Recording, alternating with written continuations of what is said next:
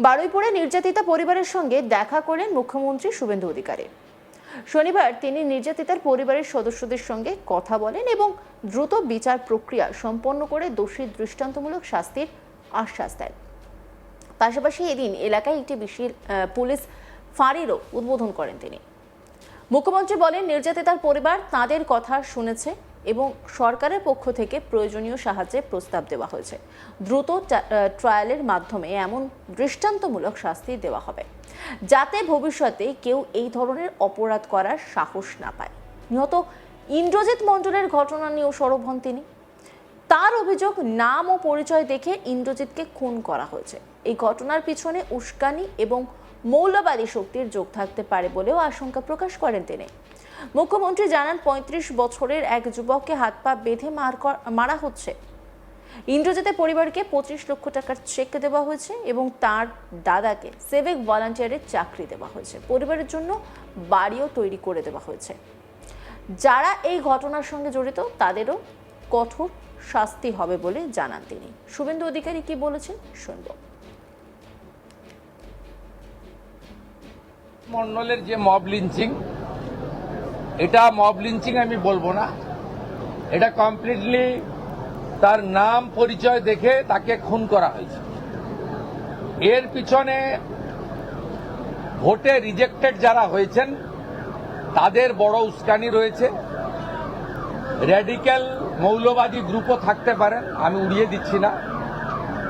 তাতে যতগুলো ছবি দেখা গেছে প্রত্যেককে পুলিশ অ্যারেস্ট করেছে, thanks to West Bengal police. একজনকে বকখালি থেকে তুলেছে, একজনকে দীঘা থেকে তুলেছে, এবং যাদের যাদের ভিডিও ফুটেজে সোশ্যাল মিডিয়াতে দেখা গেছে একটা ৩৫ বছরের অবিবাহিত যুবক ছেলেকে হাত পা বেঁধে নৃশংসভাবে পিটিয়ে মারা হয়েছে সংগঠিতভাবে। সেক্ষেত্রেও আমরা পরিবারের পাশে দাঁড়িয়েছি।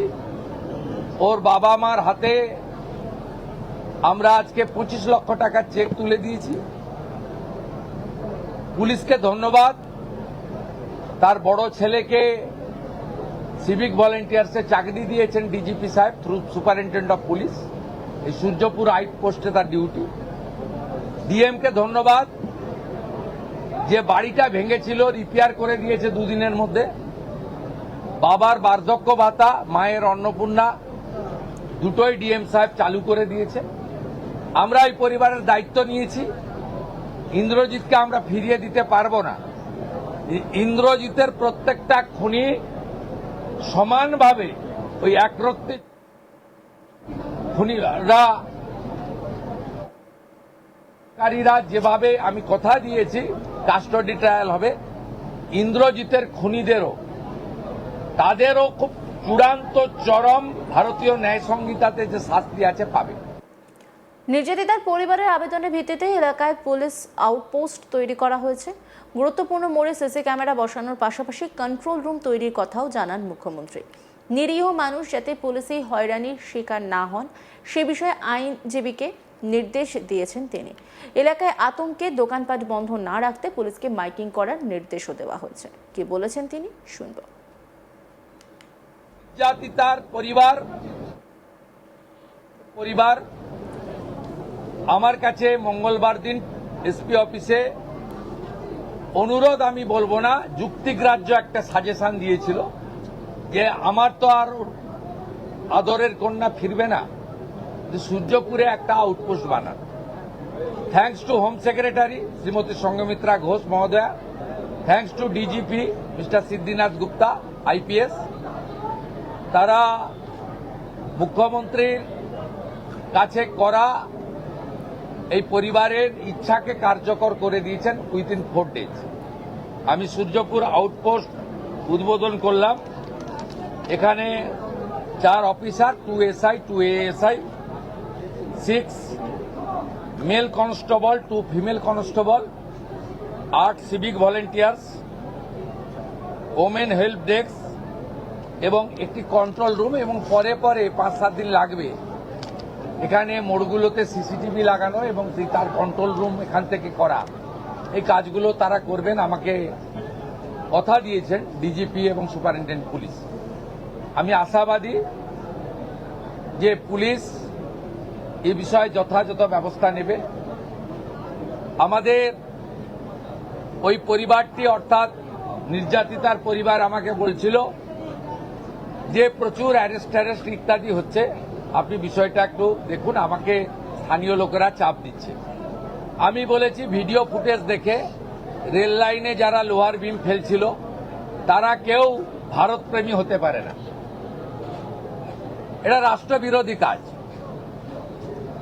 আমাদের ইন্দ্রজিতের খুনি এদের সঙ্গে পেয়ার মহব্বত হতে পারে না। বাকি যদি কোনো নিরীহ লোক, অ্যাগ্রিভ লোক অ্যাজিটেশন করেছে, অ্যাজিটেশনকে আমরা ওয়েলকাম করি, কারণ এটাতেও কারোর ক্ষোভ দেখানোর ডেমোক্রেটিক হইতে দরকার রয়েছে।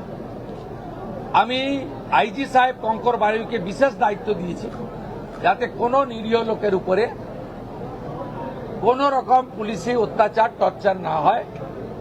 যদি ভিড়ের মধ্যে ধরেও ফেলেন, তাদের যা সিস্টেম আছে এটা আমার ইন্টারফেয়ার করা উচিত নয়। আমি শুধু সাজেস্ট করেছি অ্যাজ এ হোম মিনিস্টার, যদি কোনো ইনোসেন্ট ফেসে থাকে তারা দেখবেন, আইজি সাহেব বিশেষভাবে দেখবেন। আর এখানে অনেক ভয়ে দোকান টোকান বন্ধ করে দিয়েছিলেন, এসপি মাইকিং করবেন, মাইকিং করার পরে সব নর্মাল করে দিন, ভয় পাওয়ার কোনো কারণ নেই। খুনিরা